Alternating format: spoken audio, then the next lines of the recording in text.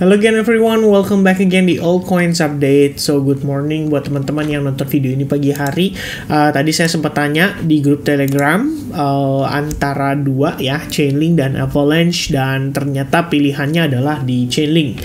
Jadi Chainlink kita akan review di YouTube dan Avalanche nanti akan saya buatkan videonya mungkin selepas sesi Asia atau di kisaran sesi London. Jadi teman-teman bisa cek nanti melalui grup Telegram. Nanti akan saya update di sana.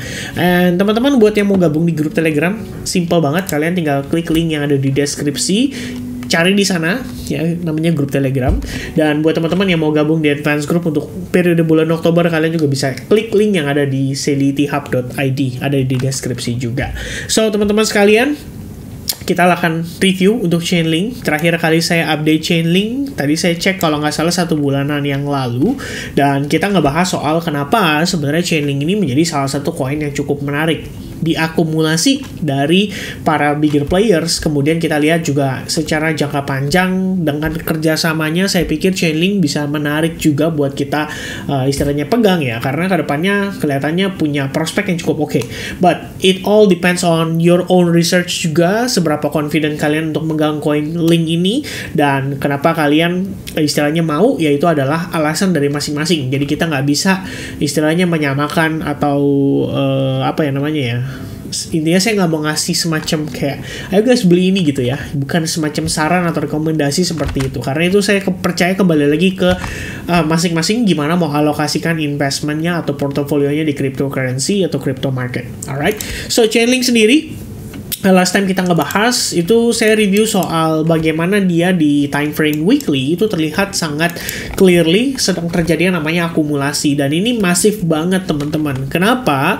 Karena saat Bitcoinnya create lower low, market yang lain udah pada gedebak-gedebuk ya. Kita tahu Chainlink di sini dari tahun lalu, tepatnya sekitaran bulan Mei ya 2022 sampai dengan saat ini kita tuh berada di level yang sama. Ya, ini bukan tanpa alasan kenapa itu bisa terjadi, dan kalau menurut pandangan saya sih faktor yang sangat-sangat mendukung untuk kondisi ini terjadi itu adalah bigger players melakukan akumulasi silently. Ya, sebisa mungkin retail tuh nggak boleh tahu ada proses itu. Kenapa? Karena kalau misalkan retail tahu, retail bakal ikutan. Kalau semua beli, nanti akhirnya harga tuh bisa meletus dan melesat sangat signifikan.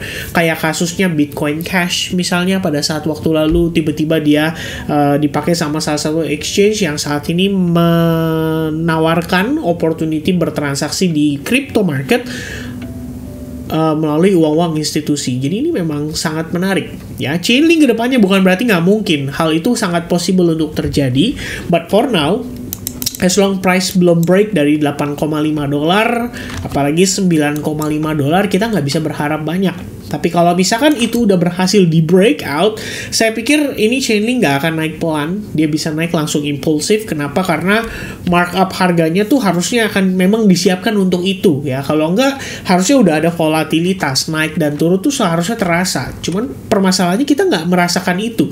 Itu artinya memang saat ini ya saya ngelihatnya bigger players mainkan ini dengan hati-hati. Sebisa mungkin nggak mau melibatkan lebih banyak retail untuk masuk ke market, supaya nggak bikin marketnya naik turunnya tuh sangat volatile ya. Itu menjadi consideration kita.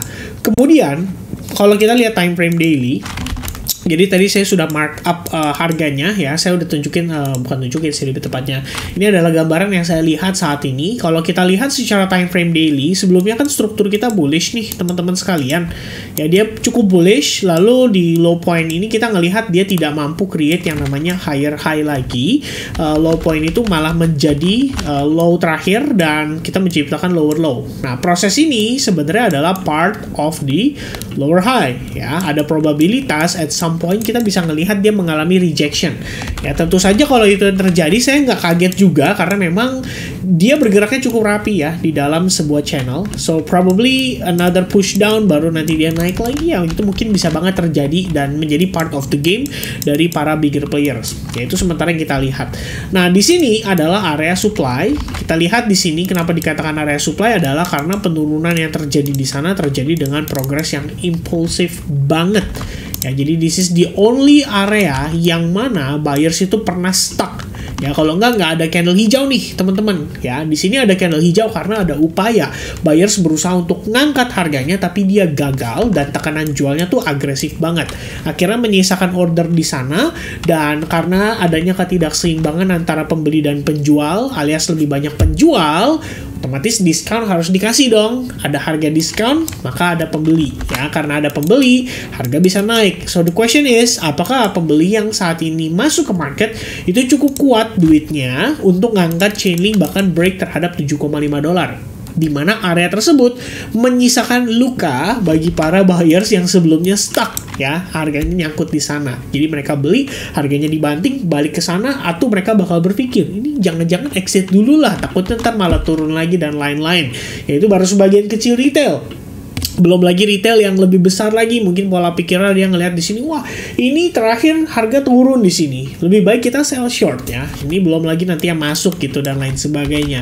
Pada prosesnya sendiri nggak akan gampang, mungkin ada liquidity sweep dulu sebelum harganya breakdown dan lain sebagainya.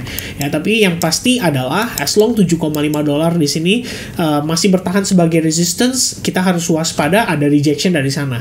Cuman karena area itu adalah area yang memiliki supply cukup powerful, saya pikir akan banyak sekali buyers yang juga mentargetkan area itu untuk mereka jual. Jadi kita pasti punya peluang, walaupun tipis, tapi peluang ini tetap bisa dipertimbangkan untuk dimanfaatkan.